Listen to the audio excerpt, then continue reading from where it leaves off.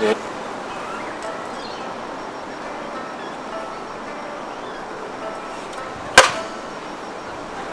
I have always wanted to do that. This is Mark. And that's Mark.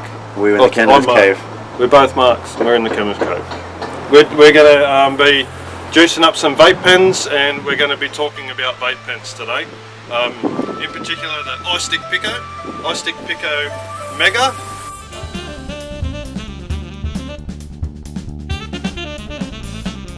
The iStick Pico Dual. Okay. So, what can you tell me about it, being a bit of a newbie? I, number one, used to think this was the toy of a tool or a hipster. I used to think that people that I saw walking around with one of these either had a taser in their hand, and when I realised it was a vaporizer, I thought, what a twat. But since I had one, and then I started using it, I got over the twat factor and actually really enjoyed it. A, the flavours, B, it's just perfect. The only, it is, you can adjust so many different things and replace so many different things. It's awesome. I love gadgets, so I get into it, little electronic thing. I use it every day. Get over the actual chunk factor of it, and you're on your way. It's beautiful. They are pretty ergonomic, but these things. But yeah, some of the big ones don't exactly fit in your pocket too well, but definitely go in a handbag or something like that. It fits perfectly in my handbag. My handbag fits the vaporizer. The one problem that I had to understand with it was the airing, which was the turning of the valve at the bottom to get more or less air through. I had to understand that. And of course, every so often when it fell over, it would leak a little bit out the side. I think maybe I didn't close the air up and it would just leak a little bit down the side, but not too bad. Not only that, but when it leaks, A, it doesn't stain, B, it smells pretty good.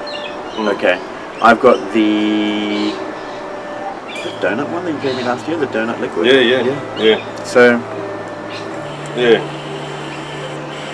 there's like thousands of different flavours.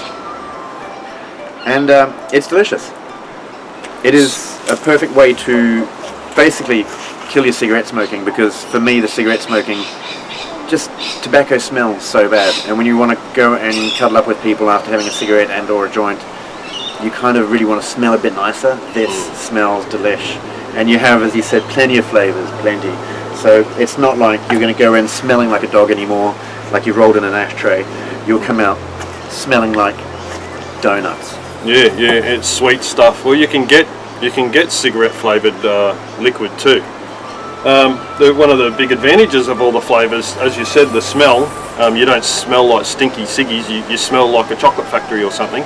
And I found it quite nice when you're walking, through the shop. You're not vaping, but you're walking through the shop, and a little kid will go, "I can smell pancakes," and then you realise that it's you that smells like pancakes. It's awesome. There are 3 different models here, and the one thing that you pointed out once we had it was the space between the battery cap here and the actual, what would you call this part? The bottom, the coil, the 510 screw attachment. Yeah. The flux capacitor. The flux, So what we found through it is that we found very quickly that the attachments that you can get for these beautiful devices don't fit on all of them because of the space between the lid and the flux capacitor. So the only one that has the space is the Duo one. Okay, so these have got roughly, I think they're about 22 mil space between the cap and the end. So the cylinder that you put on, or the attachment that you put on, can be no more than 22 mil. But on the Duo, it's you can put up to 25 mil.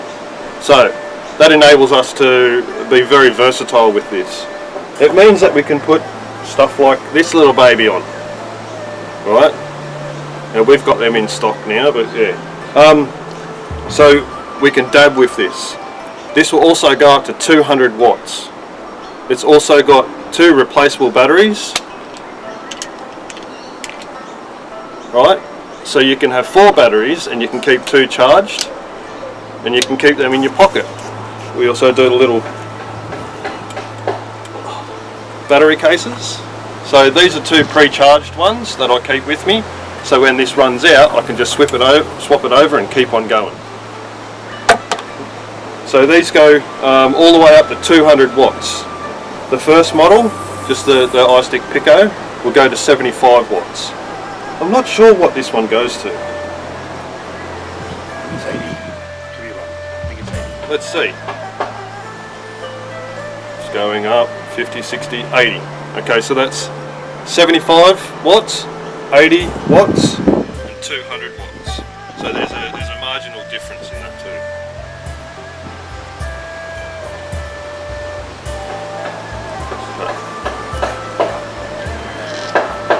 So you can get the dab attachments, you can also get the coils, yeah? So you can put straight dab in it, like we did with the Apex. This is right, yes, you can get different attachments. Actually, the APX atomizer with the dab rig, it fits perfectly on this as well. So if you buy this and you've got an old one and the battery's gone in it, you can simply take that tank and put it on this new device if you've already got stuff with 510 connections. So the reason why we picked the iStick Picos is we tested them for about 6 months to 12 months.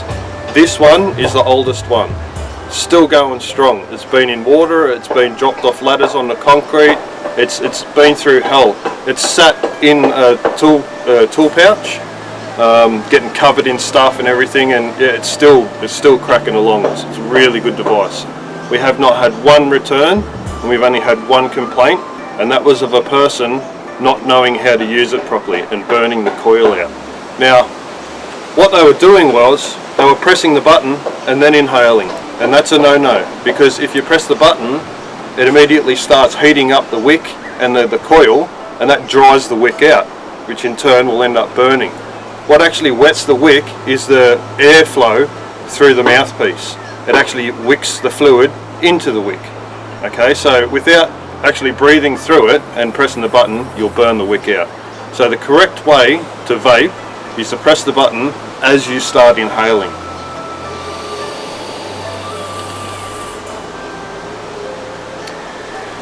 Vapor Lesson 101 with Mark from CannaherBHealAll.com. See, I did exactly the wrong thing. I hit the button before I actually started hitting that. Yeah, and it's a beginner's mistake. You don't want to get into the habit of that, because you will end up burning through coils. A coil should last you between 2 weeks and a month on one of these, so keep that in mind. Okay, so also battery safety. This is very important. If you've got a battery that is slightly damaged, and I mean it can be just a little tiny tear in the insulation material and exposes the silver metal underneath, this is dangerous, because if that shorts out, your battery will start to vent. That's what happens just before it blows up. It'll start sizzling, and if you hear a sizzle and you're not pressing the button and you've put a dodgy battery in there, throw it, because it will most likely blow up. At the minimum, it'll just fizzle, and it'll just fizzle and go out. But sometimes they do explode, and we've all heard those stories. Great YouTube videos of these things exploding in people's pockets. Wouldn't recommend messing with a dodgy battery. Look, you know, I've got to be honest, the reason why these things explode is because of human error. Okay, if they're sitting in your pocket and they're a mod, and a cheap mod that have a battery like this, you can actually keep on pressing the button on them and it will burn the battery out, fizzle, and it will blow up.